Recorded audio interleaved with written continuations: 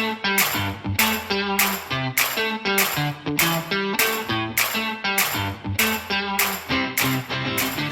everyone, and welcome to today's edition of our 7 Investing podcast, where it's our mission to empower you to invest in your future. I'm 7 Investing founder and CEO Simon Erickson. I'm glad to welcome back one of our return guests. Andrew Chanin is the co-founder and CEO of Procure Asset Management. Andrew, it's always a pleasure having you on the show. I'd love to check in with you on a couple new things that you're working on these days. I'm thrilled to be back. Thanks for having me. Andrew, you have just released a new ETF. It's called the Procure Disaster Recovery Strategy ETF. Ticker on that is FEMA. Tell us a little bit about this and what led you to launch this in the first place. Thank you for that introduction. Natural disasters are something that have been occurring since before humanity existed. And what we've seen are that there are many different trends over recent years that have showed that natural disasters are becoming more frequent, more devastating, and more costly. Fortunately, we've also noticed that there have been fewer fatalities from natural disasters. And one of those reasons is because we're doing more to educate people to work with preparedness, and we have better tools for the recovery efforts from these natural disasters. But this was an area that has been, pretty close to me for years. I went to school down in New Orleans at Tulane University. It was my junior year when Hurricane Katrina struck the city in the Gulf region. I was living in New York City when Hurricane Sandy hit, and natural disasters seem to be something that continue no matter where you are in the world.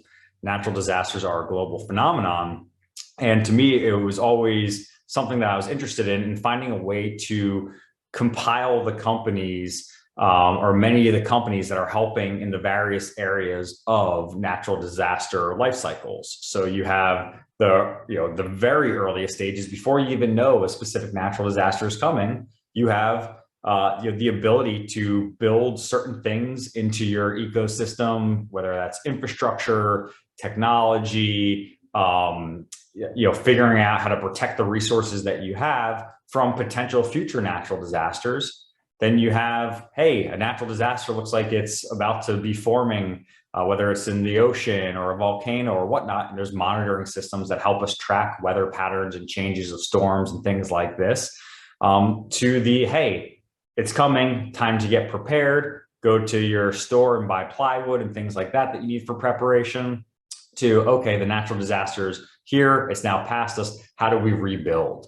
And so for us, it was a long-term project that we have been working on to work with index providers and people knowledgeable of the natural disaster industry to build an index that could be comprised of many of these companies that aid in all different aspects of natural disasters. And it was really seeing the rise and increase of damages financially to communities that made us realize that, unfortunately, whether we like it or not, natural disasters appear to be a significant growth industry, and people looking to have exposure to these companies that are helping us protect or rebuild from these devastating events could be things that others beyond myself might be interested in having exposure to. Yeah, it's very true, Andrew. It's something near and dear to my heart as well. Growing up as a kid in New Orleans and then now living here in Houston, we've seen our share of hurricanes over the years as well. I wanted to go kind of bigger picture, maybe look at a little bit of, the government's involvement in this. Obviously, with FEMA and funds and disaster recovery, there's some relief efforts for that kind of thing. But then the U.S. is also kind of at the bigger picture, very interested in climate change and has got some policy and stuff around that too. Where do you draw the line on what's in the fund? Do you go more for kind of the response to disasters? Are you kind of looking bigger picture about things like solar, renewable energy, climate change? And then also kind of what's your perspective on, where the revenues are coming from and how the United States would be involved with this? Yes, that's a loaded question. Let's unpack it. So no, absolutely. There are many different ways that companies are able to get involved and help us with this significant global challenge of mitigating and recovering from natural disasters. So one area that does provide natural disaster assistance in various forms, but was excluded from the index due to significant diversification beyond these areas, was defense companies. So a lot of aerospace and defense companies, they do a lot of things, much of it not necessarily related to natural disasters, but those companies were removed. Another area that when you think of, say, a climate change fund or something of the likes, renewable energy tends to be one of these significantly overweighted areas. And there have been renewable energy, there have been solar, wind energy ETFs out for well over a decade. And to us, whenever we try to create a new ETF, we also not just want to have a new theme that we tackle, but are we really providing new exposures for investors? And if you're getting the same companies, regardless of if you're in a broad-based tech fund or a US growth fund or a disaster recovery fund, and you're owning all the same names, you're not really providing anything new for investors. You're just overlapping the same exposures that they may already have in many cases. So, we didn't want this to be just another renewable energy fund. Someone that's looking for, low emission, low carbon, carbon credit, renewable energy, that's not the focus of this fund. And you're not going to find many of those same overlapping companies. This approach is really looking at natural disasters and saying, okay, well, if everything that we do to try to curb emissions and to fight climate change by being good stewards and good corporate governance and making sure we're environmentally sound and whatnot, that may fail. And natural disasters have been here before the ESG craze began, and it'll be here for as long as Earth is likely here. So what are these other areas that are extremely critical that people are missing? And so you look at the composition of FEMA and you see consulting and engineering and construction firms. You do need power and mobile and remote power sources when you have events like the Texas freeze that probably affected you and many people that 2 winters ago, where the entire energy grid essentially went down because the temperatures were too cold for too long in Texas. And what was one of the most in-demand companies during that time? Generac. Correct. Yep. Exactly, a holding in FEMA. And so when you have natural disasters before, during, and after, if you have the ability to still maintain power, whether you're a municipality, whether you're a corporation, or you're just an individual trying to get by and survive while you're staying at home, generators are extremely important. So energy is kind of covered somewhat by looking at these mobile energy sources like generators coming from firms like Generac. Water and waste is something that's extremely dangerous and important to consider when you have natural disasters. So a company like Clean Harbors, is extremely important with the removal of toxic and hazardous waste that you may see, say, after a hurricane or flood, when all of a sudden all this debris and potentially chemicals are now washed up ashore or right down your street. How do you get this out of your area and bring things back to normal? When you think about dredging, you could look at a company like Great Lake Dredge and Docks. And after Hurricane Sandy, they helped rebuild double-digit miles of coastline for New Jersey. After the Horizon oil spill in the Gulf, something also close to you, they also helped build up the sand levels so that you wouldn't have as much toxic chemicals and oil washing up ashore on the Gulf Coast. So there are many different things and aspects and companies that are involved in the various life cycle. A really interesting area that we're seeing is that governments are starting to proactively decide, hey, we need to spend because spending now on prevention might save us money down the road for recovery. And so areas that are in high risk for natural disasters, like coastal areas, flood areas, earthquake and hurricane areas, you're seeing significant spending going in to make sure that we can weather these storms better. And so you'll see really interesting companies on that consulting, construction, and engineering side that also have a major part in this fund. And it's not just governments that spend money or corporations that spend money. There's a significant consumer aspect to this. So when you hear a hurricane is coming to Texas and you live on the coast, what do? You probably go to a Home Depot or a Lowe's, and you go and you start buying plywood so that you can cover your windows. And after that storm has receded and you're trying to get back to your way of life, you might realize that you need paint. You might realize that you need tiles and flooring or roofing or many other things to repair your home. And so there is a decent size of consumer discretionary looking at these types of home goods stores as well that people tend to go to. And I think it's important to note that we were talking about how the US has done so much. When you look at spending, roughly 30% of natural disaster recovery spending is coming from the United States. But natural disasters are a global phenomenon. Roughly 90 something percent of seismic activity comes from the Ring of Fire area. So you have different pockets that might be higher likelihood of getting affected by different types of natural disasters. But roughly 1/3 of the dollars being spent on the recovery efforts are coming from the US. Why is that important? Well, from the last 42 years, natural disasters have cost the US government roughly in total $2.2 trillion. Now, we talked about this being a potential growth industry.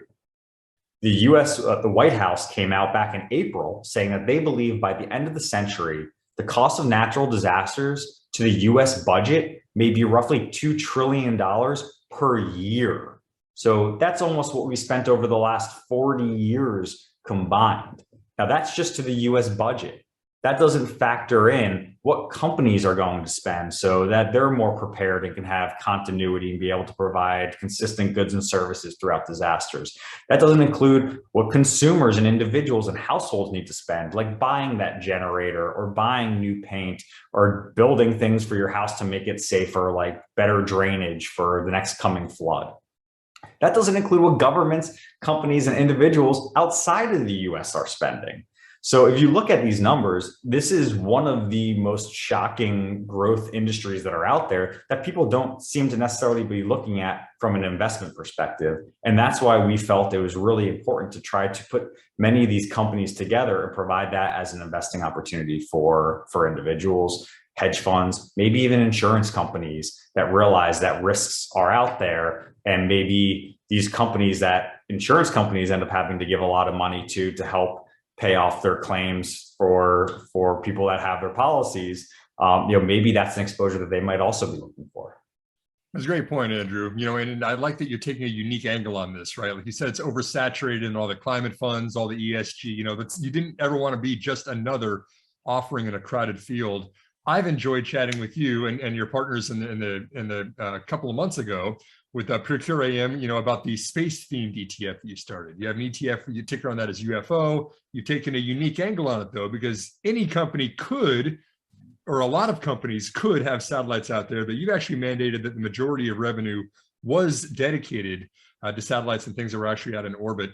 Can you tell me a little bit about the methodology? Based on everything that you just said, there's a wide net you could cast, right? Consumer, government, a bunch of different things. Can you tell me about the methodology? Is there anything specific that you're demanding for a company to be in this ETF? So there are numerous ways for companies to be qualified. Like we mentioned, aerospace and defense conglomerates, there's a wall against them and those companies are filtered out. But one of the things that could possibly make a company eligible for inclusion are things like having contracts with a group like FEMA or other related government agencies. We actually just saw that one of the top holdings in the fund, Tetra Tech, had just announced yesterday that it received roughly a $500 million contract from the Army Corps of Engineers to help with things like recovery and removal of hazardous and radioactive waste. That's a major government contract. And you look at something like Fukushima, and they weren't prepared. And before a disaster happens is when you're supposed to be really focusing on and doing what you can to prevent it. Government contracts such as those helping with different areas that may help us with natural disasters in the future. Remote energy. There's a lot of screening for things like companies that aid with things like wildfire, drought, hurricanes, floods, tornadoes, and such. So there are many different word searches that we're doing to analyze the different companies that are out there. And ultimately, the index provider goes through these names. They reconstitute the index annually. And at those times, they're looking to remove names that are becoming less important in the area of natural disasters and looking to add companies that say maybe either have increased their profile in the natural disaster area, have won large major government contracts or foreign government contracts for the area of aiding with natural disasters. So it's not as much of a revenue focused model. And one main reason is because many companies don't break down this information. So it's even tougher to get this information as far as percentage of revenues and things like that. But it's really kind of keeping the finger on the pulse, constantly analyzing this industry, seeing who's winning contracts, seeing what companies are doing, new business lines that they're creating to address global natural disasters. And those are the types of companies that are making it into the fund. Yeah. And Andrew, when there is a disaster that hits, I mean, certainly there's going to be a spike. There's going to be a commercial impact from that. You can see revenues pop for a lot of these companies, whether it's cleanup, whether it's engineering, whether it's mobile housing, whatever it is. I mean, there's going to be a response to something that happens that sometimes can be pretty significant to especially to a smaller company's revenue, top line or anything. Is how many constituents do you want to have in the fund? How many holdings do you want to have? Are you buy and hold, or you want to get in early, and if there's a pop, you're just going to kind of keep riding it out, or do you want to be a little bit more responsive based on things that are going on that might be one-time events? Yeah, so this is a passive global index that FEMA tracks. I think individual investors will choose how they want to utilize a fund such as the FEMA ETF. And you might have people that say, hey, I want exposure to companies that are going to come and help aid me in my time of need because I live in a high risk area and I want some type of exposure to those companies that I might be relying upon in the future, and they might see it as a buy and hold. You might have a tactical hedge fund that says, hey, I just got an alert that there's a new tropical storm developing in the Atlantic, and I think that this might be the big one, and I want to do this based on a catalyst trade and invest based on some natural disaster that either I'm aware of or I think might occur sometime in the near future. We mentioned insurance companies that might say, hey, these are companies that we have to spend a lot of money utilizing, or our customers spend a ton of money to rebuild. Why wouldn't we want exposure to those companies? Let's invest in a basket of global, in many cases, these are multinational companies that are helping all around the world for various efforts as well. Maybe they want exposure to that. I think this may check a lot of boxes for all different types of investors and for their various needs. And so I think that makes this certainly interesting. When you do have major natural disasters, you get a lot of media cycle and coverage around them typically. Just now we're talking about what's going on in Kentucky, and we're talking about wildfires and droughts and the lowering of water levels in vital reservoirs that we have. When there's a major natural disaster, that tends to start taking over news cycles, and these companies start to get paid a lot more attention to.